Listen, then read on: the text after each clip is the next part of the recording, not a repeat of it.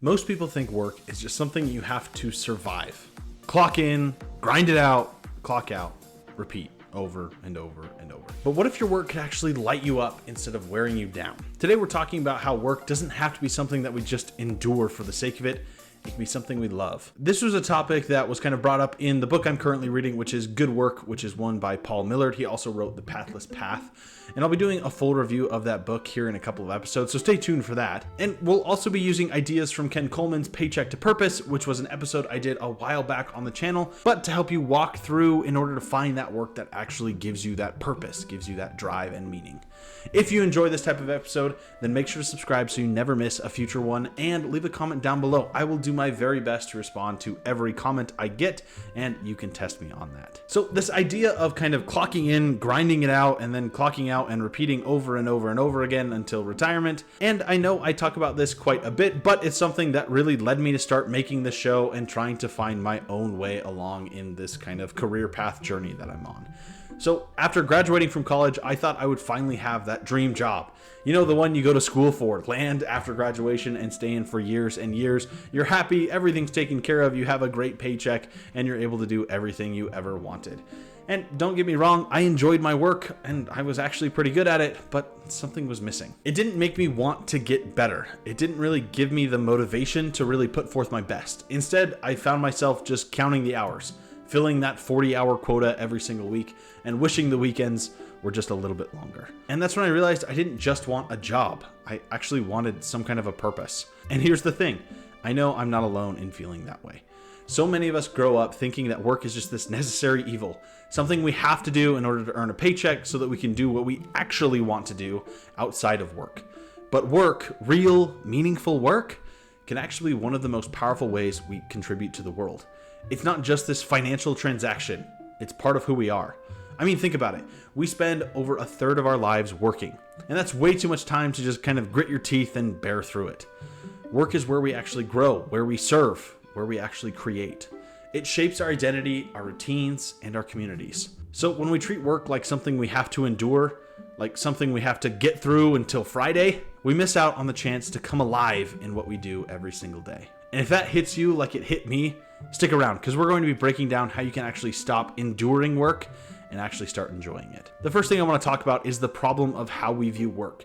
We've been kind of sold on this idea that work is supposed to be hard, draining, boring. We're supposed to just grind it out and just every day keep getting closer and closer to that blissful retirement when we don't have to work anymore. But Ken Coleman and Paul Millard kind of challenge that idea. They say we're not supposed to just make a living, we're supposed to make a difference. We need to find work that actually matters to us. Doing work that actually matters keeps us motivated and going rather than just simply collecting a paycheck. And that starts with understanding that work isn't just a punishment, it's an opportunity. The truth is, you can find purpose in your work, but most of us never slow down long enough to ask what kind of work we're actually made for. So what's the answer? Well, Ken Coleman introduces a formula that honestly kind of changed the way I think about work, and it's simple, but still pretty powerful. In order to find your purpose, you have to have three things: talent, passion, and mission. And I want to break that down because I want it to apply to you in whatever situation you may find yourself in. Number one, talent. What do you actually do best? What are those things that come naturally to you, that people compliment you on, or that you find yourself picking up quicker than most? Maybe you're a good listener. Maybe you've got a knack for organizing chaos. Maybe you're a problem solver. And you don't have to be the best in the world at this thing. Just be honest about what you're wired to do well. Number two, passion. What fires you up? What activities make you forget to check the clock? What work makes you feel more energized when you're done instead of drained? And it doesn't have to be some flashy, grandiose thing. Maybe it's just designing something simple, teaching others, coding, 3D printing little trinkets or whatnot, building physical products. If it makes you feel alive, then pay attention to it. And number three, mission. What results do you actually want to see in the world? And this one kind of gets overlooked all the time, but it's about the impact you want to make. What wrongs do you want to help make right? What kind of change gets you emotional when you see it happening or maybe not happening in the world? When your work taps into all three of these, talent, passion, and mission, you found that little sweet spot that Ken Coleman calls it. That's where purpose lives. That's when work stops being about surviving and starts being about thriving. You don't need to force motivation because it's kind of built into the work itself. And yeah, it takes a little time to discover all three. I'm not gonna lie. And sometimes I'm not even sure if I have complete clarity on what I want to do. But even just starting the search is better than staying stuck where you currently are. So in Ken Coleman's book, Paycheck to Purpose, he goes over 7 stages for these kind of meaningful work.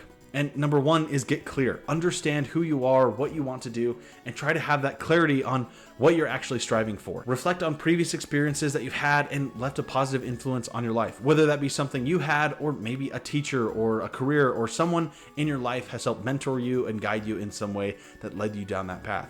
Maybe it's a math teacher or science teacher or Spanish. Anyone that's left that kind of positive influence on you that you've really found yourself enjoying, think back on that to try to find that clarity or at least start out on that path. Number 2, get qualified. Start learning the skills you need to learn.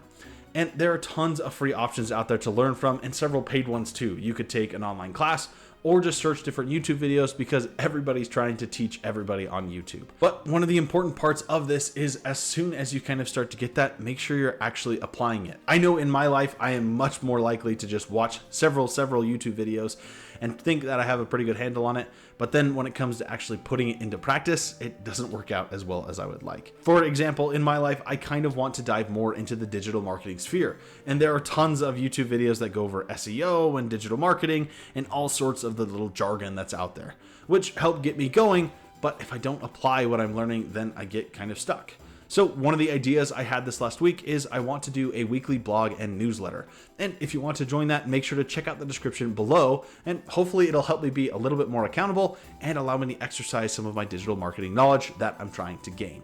But make sure you're applying whatever it is that you're learning, because overall, if you're just reading books and watching videos all day and not applying any of that, it's not really getting you qualified to where you want to be. Number 3, get connected. Start reaching out to your friends and family to see if they might be able to introduce you to somebody who's already in the industry or field that you're curious about. Talking with people who are already in that industry helps get you a better understanding of what actually goes on behind those doors in that career field. Maybe it'll even help get you clarity on if that's something you want to pursue or not. Number 4, get started. And even if it's not perfect, start moving. This is another topic that I'm probably going to do another episode on because it's been popping up a lot in some of the videos that I watch and in the books that I read, is that, look, you don't have to have this perfect plan right from the get-go. You can kind of figure it out as you go, but the important thing is to actually start taking some actionable steps. Start doing something with whatever it is that you want to do. It's much more about consistency rather than getting it perfect right out of the gate. Number 5, get promoted. See if there's an opportunity in the job or workplace that you currently are at to put those skills to good use. In one of my last jobs, I talked a little bit more about digital marketing with them, and I was actually able to oversee some of the digital marketing spheres and apply some of the knowledge that I was learning. As far as SEO goes, I was building that for products. I was sending out some of the email campaigns and making sure everything was good to go, and it helped me apply more of what I'm learning. Most likely your boss or supervisor can get you connected with people who are already in that field and maybe find ways that you can actually start learning the things that you're interested in, and it'll help you get that little bit more motivation to do a better job at your work. Most supervisors are way happy to let you do this as long as you can promise that you'll bring in extra revenue, customers, or etc. If you can help better the company by going into these things, they'll probably let you do it, and even on their time. Number 6, find and get your dream job, where all 3, the talent, passion, and mission align, and this might change over time. You might have a different dream job here in a few years, and that's all right. We all change over time. But understanding what that looks like can help us have that clear direction for our life. And the number 7 step that he gives is to give yourself away. Use your work to serve and lead others. Let your work light you up, get you excited, and be a part of it. Living isn't just about making it to retirement and then gliding blissfully to the end of our days. We actually want to live, to have fun, to enjoy life. And it doesn't have to go straight from stage 1 to stage 7 overnight. This is a journey, but every step is a step towards our purpose. Now, I know what some of you might be thinking. I've got bills to pay, I've got kids, I've got a mortgage. I don't have the luxury of chasing a dream. And I hear you. It's not about quitting your job tomorrow, throwing your hands in the air, moving to Fiji to become a full-time poet. It's about building a bridge from where we are right now to where we want to be. And the good news is you can start that process today without having to burn everything down from the past. So here's where you can begin. Start to take inventory of yourself. Literally sit down with a piece of paper or your notes app or a computer, whatever it may be, start jotting some things down. What are your top talents? What kind of work do you actually enjoy doing? And what kind of impact or result on the world do you want to help create? Be honest, be curious, and don't edit yourself too much. You're just kind of gathering data at this stage. Number 2, talk to people. Reach out to someone who's already doing the work that you admire, even if you barely know them. Ask for maybe 10 to 15 minutes just to hear their story. How'd they get started? What do they love about their work? What challenges do they face early on? This is exactly what I started doing when I started this show and when I started this podcast. And I can't tell you how encouraging and eye-opening these conversations were. Most people are more than happy to share their life story if they know that you're genuinely interested in what they have to say.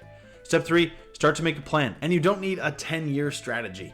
Just start with one simple thing. One skill that you can begin to develop. Maybe one book you can read. One course you can take. One person you can talk to. Every small step compounds over time. And the goal is momentum, not perfection. Because purpose isn't about finally landing in some magical job one day. It's about moving in the right direction, one intentional step at a time. I don't believe that work has to be miserable. It doesn't have to completely drain you at the end of the day. It can be meaningful, it can be energizing, and it can be purposeful. You were made to do work that matters, to you and to others. So if you're stuck in a job that just pays the bills, ask yourself, what kind of work would make you feel alive? What would it look like to move from paycheck to actually purpose? If this helped you, give it a like and leave a comment down below. And make sure you check out the book Paycheck to Purpose. A lot of the ideas came from his book. I just wanted to kind of share them and the things that have impacted me in my life.